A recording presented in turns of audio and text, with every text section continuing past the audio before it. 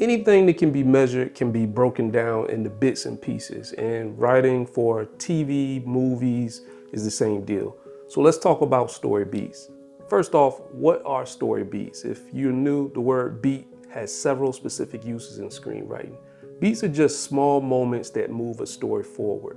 Every scene in a story is made up of beats, which can be emotional turns, incidents, events, actions, reactions, or realizations. Remember this, beats turn into scenes, scenes can turn into sequences, sequences will turn into acts, and all of that will equal your story. Now, not all beats are created equally, but they all add up in the end. We'll be talking about beats in a scene, beats in dialogue, and beats in a structural act.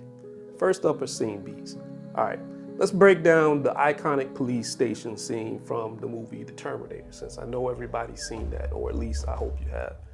Here's how the beats play out within that specific scene. Now, the scene begins with the Terminator entering the police station under the guise of asking about Sarah Connor. Remember that? This moment sets the stage, serving as the appetizer that teases the intensity to come. This is the first beat of the scene, the appetizer. Now, the next beat in that scene quickly escalates the tension, and the Terminator's true intentions become quite obvious. This beat is akin to adding spices to a dish, intensifying the flavor. The Terminator hits us with his famous line, "I'll be back," and a few moments later, he crashes through the door with the car, turning up the heat to the max, and complete chaos ensues. So we all remember that. Basically, the shit hits the fan. Now we're ready for the main course. This next beat is where the action really kicks off. The Terminator goes full beast mode at the police station, and it's an all-you-can-eat buffet of chaos. Now, imagine this as the best part of your meal, where every bite is more intense than the last. This is like when you're really getting into it. The next beat in this scene focuses on Kyle Reese doing his thing to protect Sarah Connor the best he can in the middle of all of this mess, showing off what he's made of and just trying to survive and get them out of there.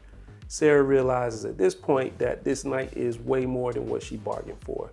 These moments are like perfectly seasoned side dishes that add depth to your meal, making the main course even that much better. Now, our final beat for this scene is the climax. Just when it feels like our heroes are about to be killed, they manage to slip away. It's the moment that leaves you leaning back in your chair, feeling nice and satisfied, but somehow already looking forward to leftovers.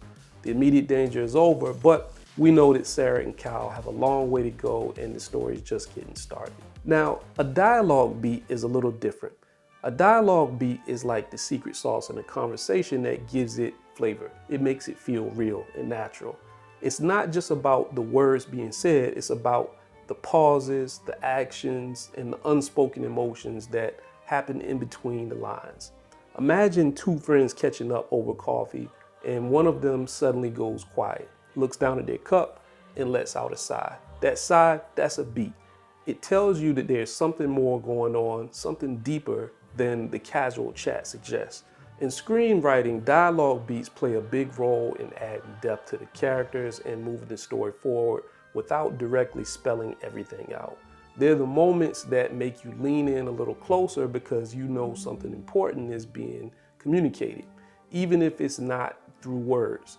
These beats can show hesitation, realization, a change in thought, or an emotional shift, all contributing to the richness of that interaction. Structural beats in screenwriting or any narrative form, novels or anything like that, are like the framework of a house. They are the key points or events within a story that guide the narrative from beginning to end, making sure everything progresses logically, maintains pace, and delivers a satisfying ending to the audience. You can do this by just using a 3-act or 5-act structure in your story, creating what's called a beat sheet. Both approaches will give you a roadmap of your story from beginning to end, which is the overall purpose. In a 3-act structure, you'll have something as simple as the setup, the confrontation, and the resolution.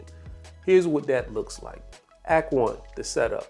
You can have a beat that introduces the world and the characters, present the catalyst or inciting incident, and then lead the protagonist to decide to face the challenge.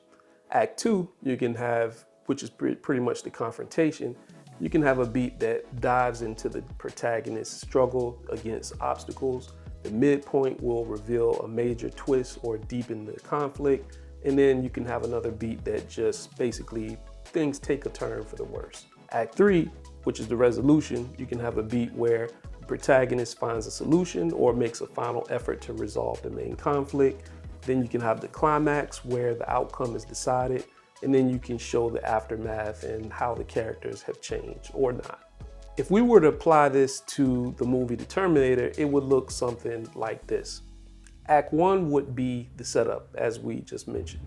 The world and the characters are introduced, Los Angeles, 1984. Sarah Connor's ordinary life is about to change when a relentless killing machine from the future begins hunting her. So you can show all of that. That's one beat. The catalyst or inciting incident is Sarah is attacked by the Terminator and she's almost killed. Then she has a decision to make. This is where Kyle Reese, a soldier from the future, finds Sarah and convinces her of the danger that she's in. She then decides to go on the run with him. Act 2 is the confrontation. The struggle part is where Sarah and Kyle are on the run, facing obstacles and escaping the Terminator every time he pops up. For the midpoint, Sarah learns she will be the mother of John Connor, the future resistance leader. She accepts her role in this larger narrative at this point too. Then there's a low point. The Terminator kills Kyle and Sarah is left alone to fight. Act 3 is the resolution. The solution or final effort is when Sarah lures the Terminator into a factory. The climax is in a final showdown. Sarah crushes the Terminator in a hydraulic press. She has now survived the impossible and secured the future of her unborn son. The aftermath is when Sarah, now pregnant and forever changed, records messages for John, prepared for the future and her role as the mother of humanity's hope. Now, a beat sheet would be a little bit more granular in spelling everything out. There's two popular methods for creating a beat sheet, and they are called Save the Cat and Dan Harmon's Story Circle. Now, Save the Cat was written by Blake Snyder, and this method is broken down into basically 15 specific beats, similar to what we just went over, but a little bit more extensive. Dan Harmon's Story Circle adapts Joseph Campbell's hero's journey into an 8-point structure that is a little bit more cyclical, emphasizing the transformation of the protagonist through a series of steps that mirror human psychology for the most part. It starts with your character in their comfort zone, then they want something, step into the unknown, struggle a bit, get what they want, but at a cost, and finally come back home changed. I think at this point you should have a good understanding of what story beats are, so let's go into more depth with Save the Cat and Dan Harmon's Story Circle in the next video. Peace.